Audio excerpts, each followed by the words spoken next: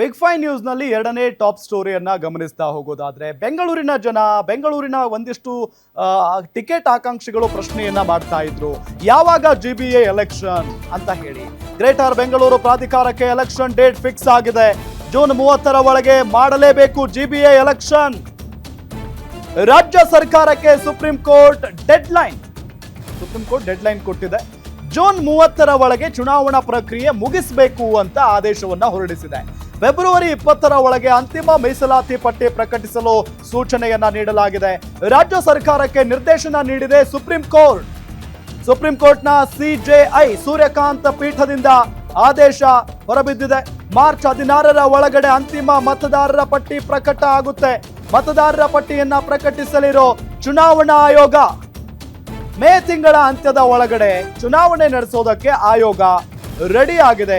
ಶಾಲಾ ಕಾಲೇಜುಗಳಲ್ಲಿ ಪರೀಕ್ಷೆ ಆದ ಕೂಡಲೇ ಎಲೆಕ್ಷನ್ ನಡೆಯುತ್ತೆ. ಮೇ 26ರ ನಂತರ ಪರೀಕ್ಷೆಗಳು ಮುಗಿತಾ ಇದ್ದಂತೆ GBA ಚುನಾವಣೆ ನಡೆಯುತ್ತೆ. ಆಡಳಿತ ವಿಪಕ್ಷಗಳಿಂದ ಈಗಿನಿಂದಲೇ ಭರ್ಜರಿ ತಯಾರಿ ಕೂಡ ನಡೀತಾ ಇರೋದು. ಈಗಾಗಲೇ ನಾನು ಹೇಳಿದ ಹಾಗೆ GBA ಎಲೆಕ್ಷನ್ ಗ್ರೇಟರ್ ಬೆಂಗಳೂರು, ಈ ಒಂದು ಎಲೆಕ್ಷನ್ ಯಾವಾಗ ನಡೆಯುತ್ತಪ್ಪ ಅನ್ನೋ ಒಂದು ಪ್ರಶ್ನೆ ಸಹಜವಾಗಿದ್ದೇ ಇತ್ತು. ಯಾಕೆಂತ ಅಂದ್ರೆ ಬೆಂಗಳೂರಿನ ಒಂದಿಷ್ಟು ಏರಿಯಾಗಳು ಹೆಂಗೆ ಎಕ್ಕುಟ್ಟು ಹೋಗಿದಾವೆ ಅಂತ ಅಂದ್ರೆ ನಾಯಕರಿಲ್ಲದೆ, ಅದನ್ನ ಗಮನಿಸಲು ಇರಲಾರ್ದೆ, ಲಿಟ್ರಲಿ ರಸ್ತೆಗಳಲ್ಲಿ ಓಡಾಡೋದಕ್ಕಾಗಲ್ಲ ಅಂತ ಪರಿಸ್ಥಿತಿ ಇದೆ. ಆಯಾ ಏರಿಯಾಗಳ ಜನರಿಗೆ ಮನೆಗಳಿದಾವ ಇಲ್ವಾ, ಕುಡಿಯೋ ನೀರಿನ ವ್ಯವಸ್ಥೆ ಇದೆಯಾ ಇಲ್ವಾ, ಸಹಜವಾಗಿ ಒಂದು ಪ್ರಶ್ನೆ ಇದ್ದೇ ಇರುತ್ತೆ. ಸೊ ಆ ನಿಟ್ಟಿನಲ್ಲಿ ಕೇಳೋರಿಲ್ಲ ಹೇಳೋರಿಲ್ಲ ಅನ್ನೋ ಪರಿಸ್ಥಿತಿ. ಸೊ GBA ಪರೀಕ್ಷೆ ಏನು ಈ ಎಲೆಕ್ಷನ್ ಆದಂತ ಸಂದರ್ಭದಲ್ಲಿ ಸಹಜವಾಗಿ ಏರಿಯಾಗಳಿಗೆ ಕಾರ್ಪೊರೇಟರ್ಗಳು ಅಂತ ಇದ್ದೇ ಇರ್ತಾರೆ. ಸೊ ಹಾಗಾಗಿ ಎಲೆಕ್ಷನ್ ಯಾವಾಗ ಆಗುತ್ತೆ ಅನ್ನೋ ಒಂದು ಪ್ರಶ್ನೆ ಇದ್ದೇ ಇತ್ತು. ನೋಡಿ, ಈಗ ಗ್ರೇಟರ್ ಬೆಂಗಳೂರು ಪ್ರಾಧಿಕಾರಕ್ಕೆ ಎಲೆಕ್ಷನ್ ಡೇಟ್ ಫಿಕ್ಸ್ ಆಗಿದೆ. ಜೂನ್ 30ರ ಒಳಗಡೆ ಎಲೆಕ್ಷನ್ ಮಾಡಬೇಕು ಅಂತ ಸುಪ್ರೀಂ ಕೋರ್ಟ್ ರಾಜ್ಯ ಸರ್ಕಾರಕ್ಕೆ ಡೆಡ್ಲೈನ್ ಅನ್ನ ಕೊಟ್ಟಿದೆ. ಸೊ ಆ ನಿಟ್ಟಿನಲ್ಲಿ ಕಾಂಗ್ರೆಸ್ ಮತ್ತು BJP ಜೊತೆಗೆ JDS ಎಲ್ಲಾ ಪಕ್ಷಗಳು ರೆಡಿಯಾಗಿ ಕೂತಿದ್ದಾವೆ. ಈಗಿನಿಂದಲೇ ತಯಾರಿಯನ್ನ ಮಾಡಿಕೊಳ್ತಾ ಇದ್ದಾವೆ.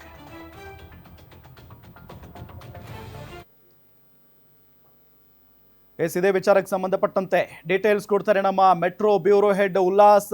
ನ್ಯೂಸ್ ಡೆಸ್ಕ್ ಇಂದ ನೇರ ಸಂಪರ್ಕದಲ್ಲಿ ಜಾಯ್ನ್ ಆಗಿದ್ದಾರೆ. ಉಲ್ಲಾಸ್, ಇಷ್ಟು ದಿನಗಳ ಕಾಲ ಪ್ರತಿಯೊಬ್ಬರು ಕಾಯ್ತಾ ಇದ್ದಂತ ಚುನಾವಣೆ ಇದು. ಸುಪ್ರೀಂ ಕೋರ್ಟ್ ಹೇಳಬೇಕಾಯ್ತಾ ಅಂತ ರಾಜ್ಯ ಸರ್ಕಾರಕ್ಕೆ ಎಲೆಕ್ಷನ್ ಮಾಡ್ರಪ್ಪ ಅಂತ ಹೇಳಿ? ಖಂಡಿತವಾಗ್ಲೂ ರಾಮ್, 2020ಕ್ಕೆ BBMP ಚುನಾವಣೆ ನಡೀಬೇಕಾಗಿತ್ತು. ಆದರೆ ಕೊನೆಯ ಕ್ಷಣದಲ್ಲಿ ಸರ್ಕಾರ BBMPಯನ್ನು ಸೂಪರ್ ಸೀಡ್ ಮಾಡುವಂಥ ಕೆಲಸ ಮಾಡ್ತು. ಅದಾದ ಬಳಿಕ GBA ಹೆಸರನ್ನ GBA ಅಂತೇಳಿ ಮರುನಾಮಕರಣ ಮಾಡಿ 5 ನಗರ ಪಾಲಿಕೆಗಳನ್ನು ಸೃಷ್ಟಿ ಮಾಡುವಂಥ ಕೆಲಸವನ್ನು ಮಾಡ್ತು. ಜೊತೆಗೆ ಎಲ್ಲೋ ಒಂದು ಕಡೆ ಸರ್ಕಾರ ಈ ನಿರ್ಧಾರ ಉದ್ದೇಶಪೂರ್ವಕವಾಗಿಯೇ ಚುನಾವಣೆಯನ್ನು ಮುಂದೂಡಬೇಕು ಅನ್ನುವಂತಹ ನಿಟ್ಟಿನಲ್ಲಿ ಚರ್ಚೆಗಳು, ಅಂದರೆ ಈ ತೀರ್ಮಾನವನ್ನು ಕೈಗೊಳ್ತಾ ಅನ್ನುವಂತಹ ಒಂದು ಮಾತುಗಳು ನಡೀತಾ ಇರುವಂತಹ ಬೆನ್ನಲ್ಲೇ ರಾಜ್ಯ ಸರ್ಕಾರ 369 ಅಂದರೆ 5 ನಗರ ಪಾಲಿಕೆಗಳಿಗೆ 369 ವಾರ್ಡ್ಗಳನ್ನು ಸೃಷ್ಟಿ ಮಾಡಿ ಅದ ವಾರ್ಡ್ಗಳ ಗಡಿಯನ್ನು ಕೂಡ ಗುರುತಿಸುವಂಥ ಕೆಲಸವನ್ನು ಮಾಡ್ತು. ಜೊತೆಗೆ ಉಳಿದಂತಹ ಮತ್ತೊಂದು ದೊಡ್ಡ ಸಮಸ್ಯೆ ಏನು ಅಂತಂದರೆ ಮೀಸಲಾತಿ ಪಟ್ಟಿಯನ್ನು ಪ್ರಕಟ ಮಾಡುವಂಥದ್ದು.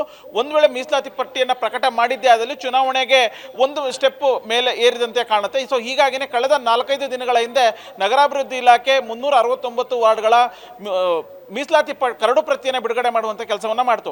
ಇದ್ರ ಬೆನ್ನಲ್ಲೇ ಸುಪ್ರೀಂ ಕೋರ್ಟ್ನಲ್ಲಿ ಇವತ್ತು ಅರ್ಜಿ ವಿಚಾರಣೆ ನಡೀತಾ. ಆ ಒಂದು ಸಂದರ್ಭದಲ್ಲಿ ರಾಜ್ಯ ಸರ್ಕಾರ ಮತ್ತು ಚುನಾವಣಾ ಆಯೋಗ ಇಬ್ಬರೂ ಕೂಡ ಚುನಾವಣಾ ಆಯೋಗ ಮತ್ತು ರಾಜ್ಯ ಸರ್ಕಾರದ ಪರವಾದಂತಹ ವಕೀಲರು ಸುಪ್ರೀಂ ಕೋರ್ಟ್ನಲ್ಲಿ ಹಾಜರಿದ್ದು, ಇಲ್ಲ ಈಗಾಗಲೇ ನಮಗೆ BBMP ಅಂದರೆ GBA ಚುನಾವಣೆಗೆ ಸಂಬಂಧಪಟ್ಟಂತೆ ಬೇಕಾದಂತಹ ವಾರ್ಡ್ ವಿಂಗಡಣೆ ಆಗಿರ್ಬೋದು ಅಥವಾ ಮೀಸಲಾತಿ ಪಟ್ಟಿ ಈಗಾಗಲೇ ಸಿದ್ಧ ಆಗಿದೆ, ಹಾಗಾಗಿ ನಾವು ಚುನಾವಣೆ ನಡೆಸಲಿಕ್ಕೆ ಬೇಕಾದಂಥ ಸಿದ್ಧತೆಗಳನ್ನು ಮಾಡ್ಕೊಳ್ತಿದ್ದೀವಿ ಅನ್ನುವಂತಹ ಒಂದು ಮಾತನ್ನು ರಾಜ್ಯ ಸರ್ಕಾರ ಹೇಳ್ತು. ಸೊ ತಕ್ಷಣ ಸುಪ್ರೀಂ ಕೋರ್ಟ್ ಚುನಾವಣಾ ಆಯೋಗಕ್ಕೆ ಒಂದು ಪ್ರಶ್ನೆಯನ್ನ ಮಾಡ್ತು.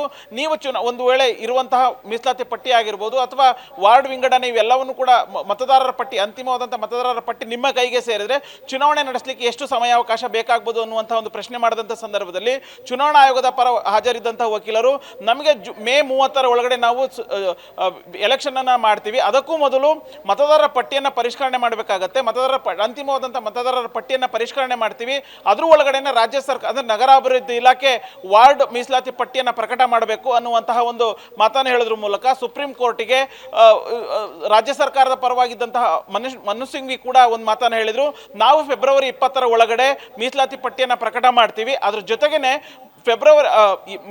ಮಾರ್ಚ್ 30 ಒಳಗಡೆ ಬೇಕಾದಂಥ ಚುನಾವಣೆಗೆ ಬೇಕಾದಂಥ ಎಲ್ಲ ಸಿದ್ಧತೆಗಳನ್ನು ನಾವು ಪೂರ್ಣಗೊಂಡು ಚುನಾವಣಾ ಆಯೋಗಕ್ಕೆ ನಾವು ಅಂತಿಮವಾದಂಥ ಒಂದು ಮತದಾರರ ಪಟ್ಟಿಯನ್ನು ಕೊಡ್ತೀವಿ ಅನ್ನುವಂಥ ಒಂದು ಮಾತನ್ನು ರಾಜ್ಯ ಸರ್ಕಾರ ಹೇಳ್ತು. ಸೊ ಈ ಒಂದು ವಾದವನ್ನು ಆಲಿಸಿದಂತಹ ಸುಪ್ರೀಂ ಕೋರ್ಟು ಜೂನ್ 30 ಒಳಗಡೆ ನೀವು BBMP ಅಂದರೆ GBA ಚುನಾವಣೆಯನ್ನು ನಡೆಸಬೇಕು ಅನ್ನುವಂತಹ ಒಂದು ಸೂಚನೆಯನ್ನು ಕೊಟ್ಟಿದೆ. ಸೊ ಆ ಮೂಲಕ ರಾಜಕೀಯ ನಾಯಕರಲ್ಲಿ ಅಥವಾ ರಾಜಕೀಯ ಪಕ್ಷಗಳಲ್ಲಿ ಈ ಒಂದು ಆದೇಶ ಏನಿದೆ ಸುಪ್ರೀಂ ಕೋರ್ಟ್ನ ಸೂಚನೆ ಒಂದು ರೀತಿ ಮಂದಹಾಸ ಮೂಡಿದೆ ಅಂತ ಹೇಳ್ಬೋದು, ಅಥವಾ ಒಂದು ರೀತಿ ಸಂತಸ ತಂದಿದೆ ಅಂತ ಹೇಳ್ಬೋದು. ಯಾಕೆಂತಂದ್ರೆ ಕಳೆದ 5-6 ವರ್ಷಗಳಿಂದ ಬೆಂಗಳೂರಿಗೆ ಪುರಪಿತೃಗಳಿಲ್ಲದೆ ಬಸವಳಿದಿದ್ರು, ಕೇವಲ ಶಾಸಕರು ಮಾತ್ರ ಸಮಸ್ಯೆಗಳನ್ನು ಆಲಿಸುವಂಥ ಕೆಲಸ ಆಗ್ತಿತ್ತು. ಅದು ಕೂಡ ಜನಸಾಮಾನ್ಯರಿಗೆ ಶಾಸಕರು ಸಿಗ್ತಾ ಇರಲಿಲ್ಲ. ಸೊ ಪುರಪಿತೃಗಳು ಒಂದು ವೇಳೆ ಹೊಸದಾಗಿ ಆಯ್ಕೆಯಾಗಿ ಬಂದರೆ ಬೆಂಗಳೂರಿನಲ್ಲಿರುವಂತಹ ಮೂಲಭೂತ ಸಮಸ್ಯೆಗಳು ಕೂಡ ಪರಿಹಾರ ಆಗುತ್ತೆ, ಜೊತೆಗೆ ಜನಸಾಮಾನ್ಯರಿಗೂ ಕೂಡ ಜನಪ್ರತಿನಿಧಿಗಳ ಹತ್ರ ಆಗುವಂಥ ಸಾಧ್ಯತೆ ಇದೆ.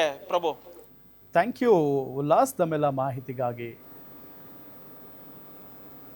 ಎಸ್ ನೋಡಿ, ಇದೇ ವಿಚಾರಕ್ಕೆ ಸಂಬಂಧಪಟ್ಟಂತೆ ಬಿಜೆಪಿ ಶಾಸಕ SR ವಿಶ್ವನಾಥ್ ಅವರು ಮಾತಾಡಿದ್ದಾರೆ. ಏನು ಹೇಳಿದ್ದಾರೆ ನೋಡೋಣ ಬನ್ನಿ.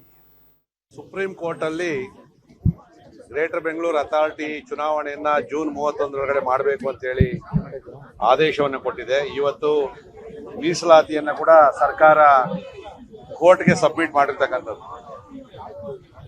ಒಂದು ಅನಿವಾರ್ಯವಾಗಿ ನಾವು GBA ರಚನೆಯನ್ನ ಮೊದಲಿಂದ ಕೂಡ ವಿರೋಧವನ್ನ ಮಾಡಿದ್ವಿ. ಅವೈಜ್ಞಾನಿಕವಾಗಿ GBA 5 ಭಾಗ ಮಾಡಿದಿರಿ ಅಂತಕ್ಕಂಥದ್ದು. ಎರಡನೇದು, ಕ್ಷೇತ್ರ ವಿಂಗಡಣೆ ಮಾಡಿದಾಗ ಕೂಡ ಅವ್ರಿಗೆ ಇಷ್ಟಾನುಸಾರ ಅವರು ಕೂಡ ಮಾಡ್ಕೊಂಡಿದ್ರು. ಅದ್ರದ್ದು ಅಬ್ಜೆಕ್ಷನ್ ಕೊಟ್ಟರು ಕೂಡ ಇವತ್ತು ಕಾಂಗ್ರೆಸ್ ಸರ್ಕಾರ ಅಂತಿಮವಾಗಿ ಚುನಾವಣೆಗೆ ಕೋರ್ಟ್ ಆದೇಶದ ಮೇರೆಗೆ ಅವ್ರು ಮಾಡಲೇಬೇಕಾಗ್ತದೆ. ನಾವಂತೂ ಚುನಾವಣೆಗೆ ಯಾವತ್ತೂ ಕೂಡ ಸಿದ್ಧವಾಗಿದ್ದೀವಿ. ಈಗಾಗಲೇ ಸಭೆಗಳನ್ನು ಕೂಡ ನಾವು ಮಾಡಿದ್ದೀವಿ. ಇನ್ನೊಂದು ವಾರದಲ್ಲಿ ಚುನಾವಣೆ ಆದರೂ ಕೂಡ ಭಾರತೀಯ ಜನತಾ ಪಾರ್ಟಿ ಎಲ್ಲ ಸಿದ್ಧತೆಗಳನ್ನು ಕೂಡ ಅವ್ರಿಗೆ ಏನೇ ಕುತಂತ್ರವನ್ನು ಮಾಡಿ ಮೀಸಲಾತಿಗಳನ್ನು ಅವ್ರು ಇಷ್ಟಾನುಸಾರ ಮಾಡಿದ್ರು ಕೂಡ